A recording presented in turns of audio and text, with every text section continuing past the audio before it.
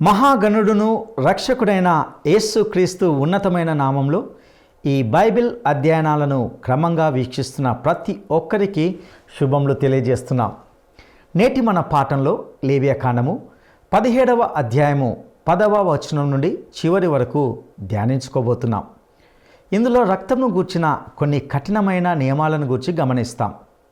రక్తము దేహమునకు ప్రాణం. ఈ అధ్యాయం అంతా యేసు రక్తాన్ని మనం చూస్తాం. యేసు శిలువ రక్త దానం మనలను విమోచించింది. యేసు రక్త దానమే మనకు గొప్ప బహుమానం. ఈ లేవియాకాండం గ్రంథంలో పరిశుద్ధత అనే అంశం పదే పదే ప్రస్తావించబడడాన్ని మనం చూస్తాం. దేవుడు మాత్రమే స్వభావరీత్యా పరిశుద్ధుడు అని ఖండితంగా చెప్పబడింది. దేవుని ప్రేమకు మరియు దేవుని పరిశుద్ధతకు సంబంధించిన అనేక ఆధ్యాత్మిక సత్యాలను మరియు పరిశుద్ధ ప్రవర్తన నియమాన్ని గురించి ఈ నేటి పాఠంలో మనము తెలుసుకుందామా? ప్రియ శ్రోతలారా, లేవియాకాండం గత పాఠం తరువాయి 17వ అధ్యాయం కొనసాగిస్తున్నాము. 10వ వచనం నుండి ఈ రోజున వినబోతున్నాము. వాక్య భాగ సారాంశం వినండి. యెహోవా అంటున్నాడు, ఇశ్రాయేలీయుల కుటుంబాలలో మీ మధ్యన నివసించే విదేశీయులలో ఎవడైనా దేని రక్తమునైనా తింటే రక్తము తినేవానికి నేను విముఖుడనై జనులలో నుండి అతడిని కొట్టివేస్తాను, అనగా బహిష్కరిస్తాను. రక్తము దేహానికి ప్రాణం. మీ నిమిత్తము ప్రాయశ్చిత్తం చేయటానికి బలిపీఠము మీద పోయటానికి దానిని మీకిచ్చాను. రక్తము దానిలో ఉన్న ప్రాణమును బట్టి ప్రాయశ్చిత్తం చేస్తుంది. కాబట్టి మీలో ఎవడూ రక్తము తినకూడదని, మీ మధ్యన నివసించే ఏ విదేశీయుడు రక్తము తినకూడదని నేను ఇశ్రాయేలీయులకు ఆజ్ఞాపించాను. ఇశ్రాయేలీయులలో గాని మీ మధ్యన నివసించే విదేశీయులలో గాని ఎవడైనా తినదగిన మృగమును లేక పక్షిని వేటాడి పట్టిన ఎడల వాడు దాని రక్తమును ఒలికించి మట్టితో కప్పివేయాలి. ఎందుకనగా అది సమస్త దేహమునకు ప్రాణాధారం. దాని రక్తము దాని ప్రాణానికి ఆధారం. కాబట్టి మీరు ఏ దేహ రక్తమును తినకూడదు. వాటి రక్తము సర్వదేహమునకు ప్రాణాధారం. దానిని తినే ప్రతివాడు మరణశిక్ష నొందుతాడు. ఇది ఇశ్రాయేలీయులకు నా ఆజ్ఞ. కళేబరమును గాని చీల్చబడిన దానిని గాని తినే ప్రతివాడు, దేశమందు పుట్టినవాడు కాని విదేశీయుడు కాని, తన బట్టలను ఉతుక్కొని నీళ్లతో దేహమును కడుక్కొని సాయంకాలం వరకు అపవిత్రుడై ఉంటాడు. తరువాత పవిత్రుడవుతాడు. అయితే వాడు వాటిని ఉతుక్కోకుండా కడుక్కోకుండా ఉంటే వాడు తన దోష శిక్షను భరిస్తాడు. శ్రోతలు వింటున్నారా? రక్తము దేహమునకు ప్రాణం. రక్తబలులన్నిటికీ ఇదే సత్యం ఆధారం. ఒకసారి యేసు ప్రభు యోహాను శుభవార్త 6వ అధ్యాయం 54వ వచనం నుండి 56వ వచనం వరకు ఇలా అన్నాడు, నా శరీరము తిని నా రక్తము త్రాగేవాడే నిత్య జీవము గలవాడు. అంత్యదినమున నేను వానిని లేపుతాను. నా శరీరము నిజమైన ఆహారము, నా రక్తము నిజమైన పానము. నా శరీరాన్ని తిని నా రక్తము త్రాగేవాడు నాయందు, నేను వానియందు నిలిచి ఉంటాము. దేహము యొక్క ప్రాణము రక్తములో ఉన్నది. యేసు రక్తమును మనం అంగీకరించాలి. అదే మనకు పాపక్షమాపణ. అప్పుడు మనకు జీవము ప్రాప్తిస్తుంది. యేసు తన రక్తము మనకిచ్చాడంటే తన జీవమును మనకిచ్చాడని అర్థం. రక్తములో ప్రాణమున్నది. ఇది నిత్య సత్యం. హెబెలు ఇచ్చిన బలి కయీను తెచ్చిన దానికంటే శ్రేష్టమైనది. రక్తమే మన ఆత్మకు ప్రాయశ్చిత్తం, మన పాపాలకు శాంతికరం. యేసు రక్తము తప్ప మన పాపాలను మరేదీ శుద్ధి చేయజాలదు. పాపం పోవాలి అంటే యేసు రక్తంతో శుద్ధి కావాలి. మరో మార్గం లేదు. మానవుని పాపాన్ని శుద్ధి చేసేది యేసు రక్తమే. యేసు రక్తమే జయం. సోదరీ సోదరులారా, లేవియాకాండం 17వ అధ్యాయం అంతా యేసు రక్తమే కనపడుతుంది. యేసు శిలువ మీద దేవుడు తన కుమారుని రక్తంతో ఒక ప్రేమ సందేశం రాశాడు. కల్వరి కొండ మీద యేసు శిలువ మనకు ఒక ప్రేమ సందేశాన్ని ప్రకటిస్తున్నది. గొప్ప దేవుడు, సృష్టికర్త నిన్ను నన్ను ప్రేమిస్తున్నాడు. దానికి రుజువు ఆయన మనకు అనుగ్రహించిన రక్తదానం, యేసు శిలువ రక్తదానం. మనం పాపులము, దౌర్భాగ్యులము. అలాంటి మన కోసం ఆయన శిలువ మీద తన రక్తం కార్చాడు. యేసుక్రీస్తు దేవుని కుమారుడు, దేవుడిచ్చిన ప్రేమ బహుమానం. మన జీవితాలను విప్లవాత్మకంగా మార్చగల బహుమానమది. ఆయన బహుమానం యేసు రక్తదానమే. దేవునికి నీవంటే ఎంతో శ్రద్ధ. యెషయా 43:4 దేవుడు అంటున్నాడు, నీవు నా దృష్టికి ప్రియుడవైనందున ఘనుడవయ్యావు. నేను నిన్ను ప్రేమిస్తున్నాను. యిర్మీయా 31:3 శాశ్వతమైన ప్రేమతో నేను నిన్ను ప్రేమిస్తున్నాను గనుక విడువక నీ ఎడల కృప చూపుతున్నాను. దేవుడు నిన్ను నన్ను ఎందుకు ఇంతగా ప్రేమిస్తున్నాడు? నేను ఒక్కణ్ణే ఈ లోకంలో మహా దౌర్భాగ్యుణ్ణి అన్నట్లు నన్ను ఇంతగా ప్రేమిస్తున్నాడే. అవును, నీవు దేవుని దృష్టిలో అమూల్యమైన వ్యక్తివి. లేవియకాండం 17 ఇదే సత్యాన్ని రుజువు చేస్తున్నది. యేసు రక్తాన్ని మించిన వరదానం మరొకటి లేదు. యేసు రక్తం నాలోకి వచ్చిందంటే అది ఆయనకు మరణం, నాకు జీవం. శిలువ దేవుని ప్రేమను ప్రకటించే ఏకైక వస్తువు. 1 యోహాను 4:9-10 మనము ఆయన ద్వారా జీవించున్నట్లు దేవుడు తన అద్వితీయ కుమారుణ్ణి లోకములోకి పంపాడు. దీనివలన దేవుడు మన యందు ఉంచిన ప్రేమ ప్రత్యక్షపరచబడింది.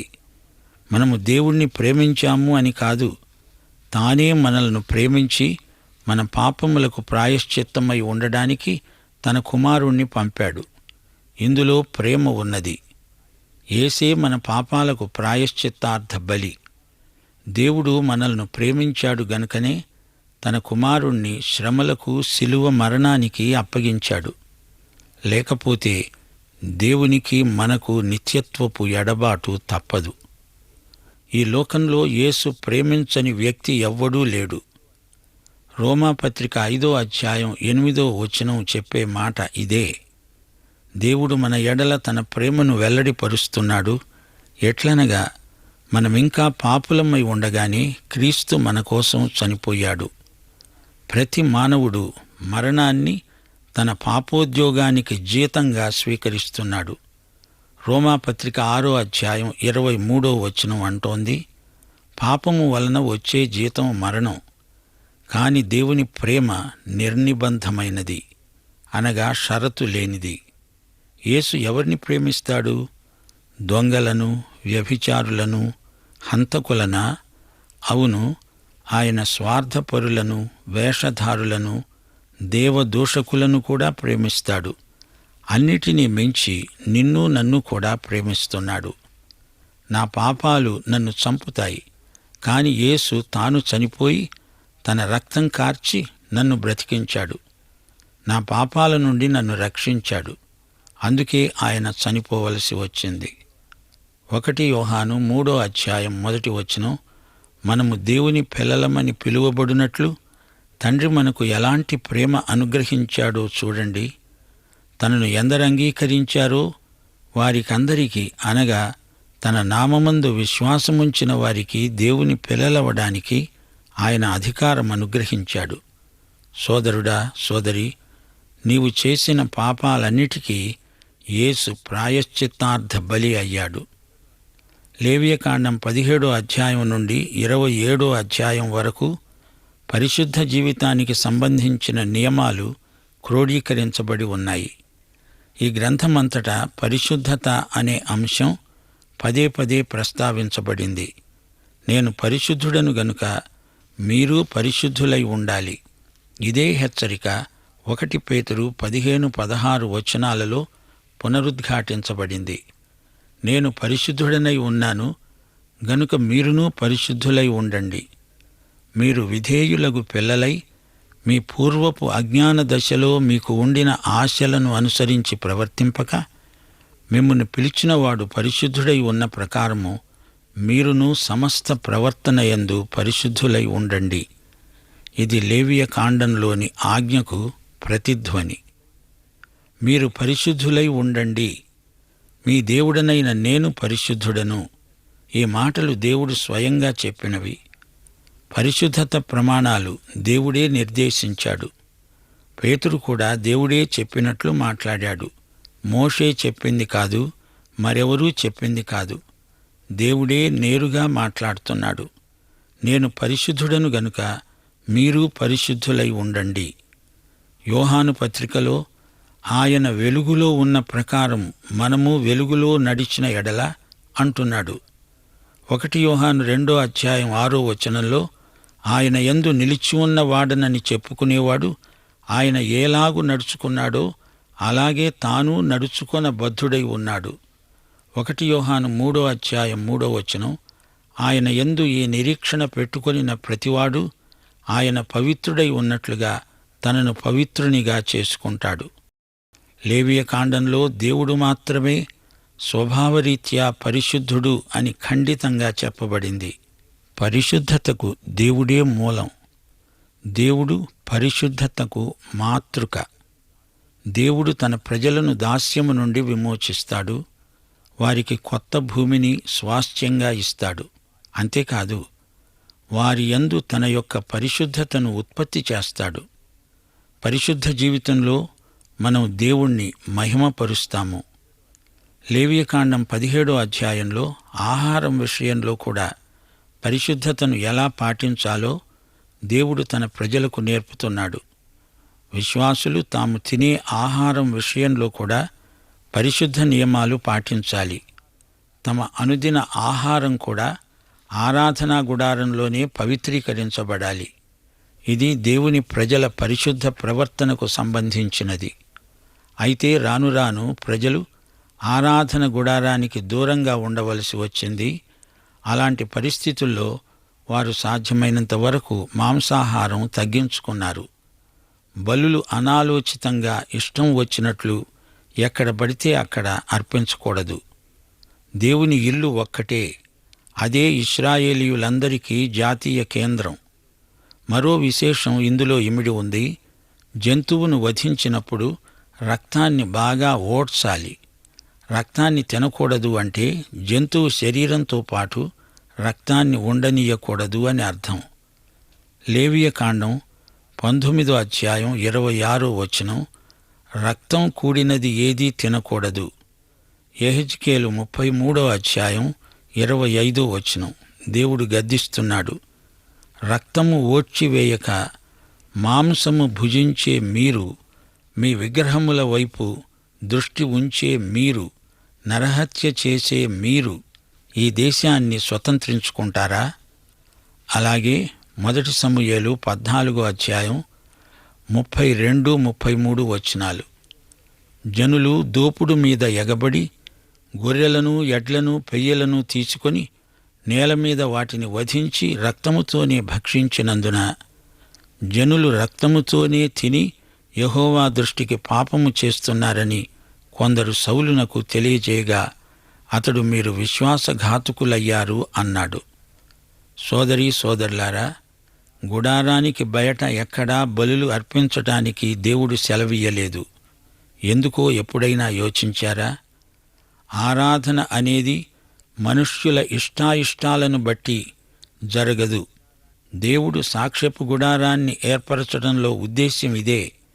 దేవుడు నియమించిన విధానాలను మనుష్యులు మార్చకూడదు, చేర్చకూడదు, దానికేమీ కూర్చకూడదు.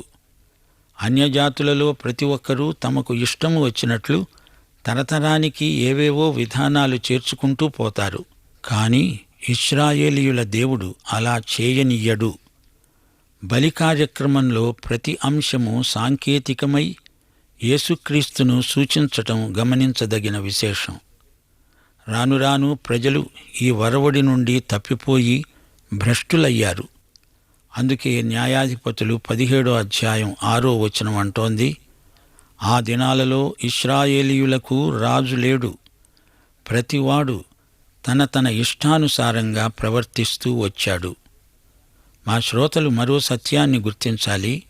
రక్తం ఏ విధంగా ప్రాయశ్చిత్తానికి సాధనమవుతుంది?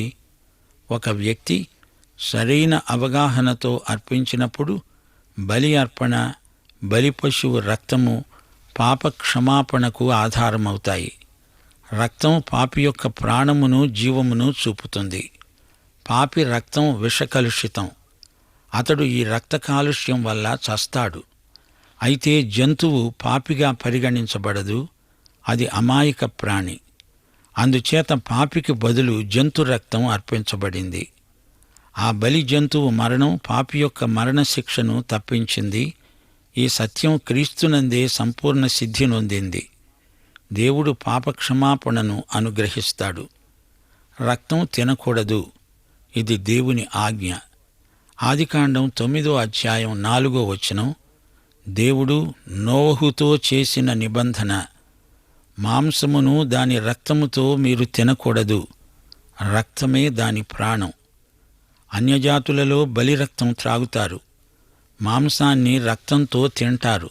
అయితే ఇశ్రాయేలీయులు అన్యజాతులకు భిన్నమైన ప్రజలు. రక్తం ఓడ్చాలి, అంతేకాని తినకూడదు. పాపికి ప్రత్యామ్నాయంగా జంతువు వధించబడుతుంది. దానిని గురించిన సంకేతం మారటానికి వీల్లేదు. అది పాపి కోసమై చెల్లించబడిన వెల. పాపికి బదులుగా మరి ఒక ప్రాణి అర్పించబడుతోంది. యేసు ప్రభువు తన శిష్యులతో నా రక్తం త్రాగండి అన్నప్పుడు ఈ మాటలకు అర్థం తెలియక వారు తికమక పడ్డారు. యేసుక్రీస్తు తానే దేవుడు. ఆయనే అందరి పాపాల కోసమై అర్పించబడిన చిట్ట చివరి బలి. విశ్వాసులు ఆయనతో పూర్తిగా సంయుక్తపరచుకోవాలి. ఆయన జీవాన్ని మనం స్వీకరించాలి. ఆయన జీవం మనలో ఉంటే మనం చిరకాలము జీవిస్తాము. సోదరీ సోదరులారా, ముగింపులో మీకు కొన్ని ముఖ్య సూత్రాలు పరిచయం చేయగోరుతాము. ఏది పవిత్రం, ఏది అపవిత్రం, ఈ విచక్షణ మనకు ఎంతో అవసరమైనది. దేవునికి ఏది ఇష్టం, ఏది అయిష్టం, ఈ సూత్రం జంతువులకు, వస్తువులకు, అలవాట్లకు, అభ్యాసాలకు, మనుషులకు కూడా వర్తిస్తుంది. నోవహు జలప్రళయం సందర్భంలో దేవుడు జంతువులను పవిత్రమైనవి, అపవిత్రమైనవి అనే 2 వర్గాలుగా ఏర్పరిచాడు. ఇదే వర్గీకరణ లేవియ కాండంలో కొనసాగించబడింది. ఇది ప్రవచనాత్మక సంకేతం. ఇశ్రాయేలు పవిత్ర జాతి. ఎందుకనగా వారు సత్యదేవుని ఆరాధిస్తారు. అది వారి ప్రత్యేకత. ఇందులోని సూత్రం పరిశుద్ధత. దేవునిది పరిశుద్ధత, పాపం అపరిశుద్ధత. ఆదాము హవ్వల పాపం ద్వారా అపవిత్రత లోకంలో ప్రవేశించింది. దానివల్ల విషపరిణామాలు పొడసూపాయి. శిశుప్రసూతి సమయంలో రక్తస్రావం, స్త్రీకి సహజంగా కలిగే ఋతుస్రావము, అంటువ్యాధులు, మృత శరీరము నుండి వెలువడే దుర్గంధం, వీటిని బట్టి పరిశుద్ధత, అపరిశుద్ధత ఈ 2 ప్రత్యేకించబడ్డాయి. పరిశుద్ధతకు కొన్ని బలులు నిర్దేశించబడ్డాయి. అసలు రహస్యం ఏమిటంటే పాపమే సమస్త అపరిశుద్ధతకు మూలం. పాపం మనుష్యుణ్ణి దేవునికి దూరం చేస్తుంది. పాప పరిహారానికి బలులు సూచించబడ్డాయి. ప్రాయశ్చిత్త దినం దీనికోసమే నిర్దేశించబడింది. అయితే పాత నిబంధన బలులు మరల అర్పించబడ్డాయి. తీరా యేసుక్రీస్తు వచ్చాడు. ఇప్పుడు బలులతో నిమిత్తం లేదు. సమస్త మానవుల పాపాలను యేసుక్రీస్తు బలి పరిహరించగలదు.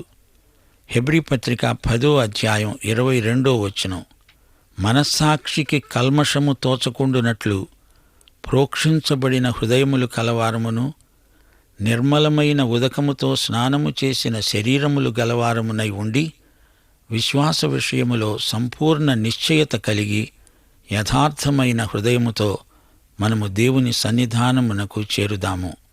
సోదరీ సోదరులారా, పవిత్రము అపవిత్రము అనే విభజన పాత నిబంధనలో చాలా ఖచ్చితంగా పాటించబడింది.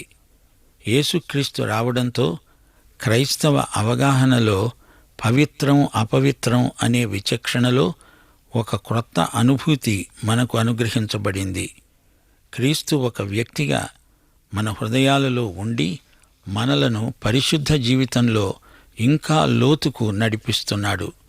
పరిశుద్ధ జీవితంలో దేవుని క్రమశిక్షణ మనకు ఎంతో అవసరం. దేవుని పరిశుద్ధ జీవిత విధానం మనకు దానంతట అదే రాదు. హెబ్రీ పత్రిక 12వ అధ్యాయం 10-11 వచనాలు. మనము తన పరిశుద్ధతలో పాలు పొందాలని మన మేలు కోసమే ఆయన మనలను శిక్షిస్తున్నాడు. ప్రస్తుతమందు సమస్త శిక్ష దుఃఖకరముగా కనబడుతుంది గాని సంతోషకరముగా కనపడదు. అయినను దాని యందు అభ్యాసము కలిగిన వారికి అది నీతి అనే సమాధానకరమైన ఫలమిస్తుంది. సోదరీ సోదరులారా, ప్రతిరోజు మనం శోధనలను ఎదుర్కోవాలి, పాపాన్ని ఎదిరించాలి. దినదినము మనము పరిశుద్ధతలో ఎదగాలి. ఇలా పరిశుద్ధతలో మనము వర్ధిల్లుతూ ఉండగా ఒకానొక రోజు పాపమనేది మచ్చుకు కూడా కనపడకుండా పోతుంది. జకర్యా 14వ అధ్యాయం 20-21 వచనాలు. ఆ దినమున గుర్రముల యొక్క కళ్ళెముల మీద యెహోవాకు ప్రతిష్ఠితము అని వ్రాయబడుతుంది. యెహోవా మందిరములోనున్న పాత్రలు బలిపీఠము ఎదుటనున్న పళ్ళెముల వలె ప్రతిష్ఠితములుగా ఎంచబడతాయి. యెరూషలేమునందు యూదాదేశమందు ఉన్న పాత్రలన్నీ సైన్యములకు అధిపతి అయిన యెహోవాకు ప్రతిష్ఠితములవుతాయి. బలిపశువులను వధించే వారందరూ వాటిలో కావలసిన వాటిని తీసుకొని వాటిలో వండుకుంటారు. ఆ దినమున కనానీయుడు ఇక సైన్యములకు అధిపతి అయిన యెహోవా మందిరములో నుండడు. ప్రియ శ్రోతలారా, పరిశుద్ధాత్మ శక్తితో, ప్రార్థనతో, పరస్పర ప్రోత్సాహముతో దేవుని వాక్యము ద్వారా పరిశుద్ధ జీవితం కొనసాగించుకుందాము. పాఠం ముగింపులో మా శ్రోతలకు ఒక హెచ్చరిక. 1 తెస్సలోని పత్రిక 4వ అధ్యాయం 7వ వచనం. పరిశుద్ధుల మగుటకే దేవుడు మనలను పిలిచాడు గాని అపవిత్రులుగా ఉండడానికి పిలువలేదు. కాబట్టి ఉపేక్షించేవాడు మనుష్యుణ్ణి ఉపేక్షించడు గాని మీకు తన పరిశుద్ధాత్మను అనుగ్రహించిన దేవుణ్ణే ఉపేక్షిస్తున్నాడు. పాఠం ఇంతటితో సమాప్తం. యెహోవా మిమ్ములను ఆశీర్వదించి కాపాడునుగాక. యేసుక్రీస్తు మీకు తన సన్నిధి కాంతిని అనుగ్రహించి మిమ్ములను కనికరించునుగాక. పరిశుద్ధాత్మ మీ మీద తన కాంతిని ఉదయింపచేసి మీకు సమాధానము కలుగజేయునుగాక. ఆమేన్. ప్రియులారా, ఇంతవరకు మనము ఈనాటి సందేశంలో రక్తంను గూర్చిన కొన్ని అద్భుతమైన విషయాలను గూర్చి తెలుసుకున్నాం. రక్తము దేహమునకు ప్రాణమని, రక్త బలులన్నింటికీ ఇదే సత్యము ఆధారమని విన్నాం. ఇందులో అత్యంత కీలకమైనది యేసు రక్తం. యేసు తన రక్తంను మనకిచ్చాడంటే తన జీవంను మనకిచ్చాడు అని అర్థం. కాబట్టి మనము యేసు రక్తంను అంగీకరించాలి. అదే మనకు పాప క్షమాపణ. అప్పుడు మనకు జీవము ప్రాప్తించబడుతుంది. రక్తమే మన ఆత్మకు ప్రాయశ్చిత్తం, మన ఆత్మకు శాంతికరం. మానవుని పాపంను శుద్ధి చేసేది యేసు రక్తమే. యేసు శిలువ రక్తదానం మనలను విమోచించింది. యేసు రక్తదానమే మనకు గొప్ప బహుమానం. శాశ్వతమైన ప్రేమతో దేవుడు నిన్ను నన్ను ఎంతగానో ప్రేమిస్తున్నాడు. దేవుని దృష్టిలో నీవు ఎంతో అమూల్యమైన వాడవు గనుకనే ఆయన నిన్ను ప్రేమిస్తున్నాడు. యేసు రక్తము నీలోనికి వచ్చినప్పుడే నీకు నాకు జీవం కలుగుతుంది. ఇందులో పరిశుద్ధత అనే అంశం పదే పదే ప్రస్తావించబడడాన్ని మనం చూసాం. ప్రియ సహోదరుడా, సహోదరి, దేవుడు పరిశుద్ధుడు గనుక నీవు నేను పరిశుద్ధంగా ఉండాలి అని దేవుడు కోరుకుంటున్నాడు. పరిశుద్ధతకు దేవుడే మూలం. దేవుడే తన ప్రజలను దాస్యం నుండి విమోచించి పరిశుద్ధపరుస్తాడు. పరిశుద్ధ జీవితంతో మనము దేవుణ్ణి మహిమపరచాలి. యేసుక్రీస్తు అందరి పాపముల కోసమై అర్పించబడిన చిట్ట చివరి బలి. పాపమే సమస్త విధములైన అపరిశుద్ధతకు మూలం. మనలను దేవుని నుండి దూరం చేస్తుంది. క్రీస్తు ఒక వ్యక్తిగా మన హృదయాల్లో ఉండి ఇంకా పరిశుద్ధ జీవితంలో లోతుగా మనలను నడిపిస్తున్నాడు. పరిశుద్ధ జీవితంలో దేవుని క్రమశిక్షణ ఎంతో అవసరం. మనము తన పరిశుద్ధతలో పాలు పొందవలనని మన మేలు కొరకే ఆయన శిక్షించుచున్నాడు. ప్రతి దినము మనము పాపమును ఎదిరించి శోధనని జయించాలి. పరిశుద్ధతలో వర్ధిల్లుచున్నప్పుడు పాపము మనకు కనపడకుండా పోతుంది. అట్టి కృప దేవుడు మనకు దయచేయునుగాక. దైవాశీస్సులు.